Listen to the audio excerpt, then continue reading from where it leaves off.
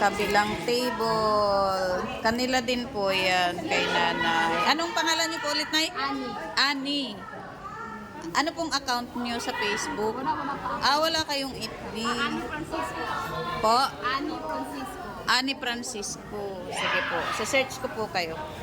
Yan po ang kanyang paninda naman sa kabilang table, mga lods. Oh, di ba? Wow, ang sipag naman nila. Oh, ano naman ito? Ayan po, masarap po yan. Donut? Donut po?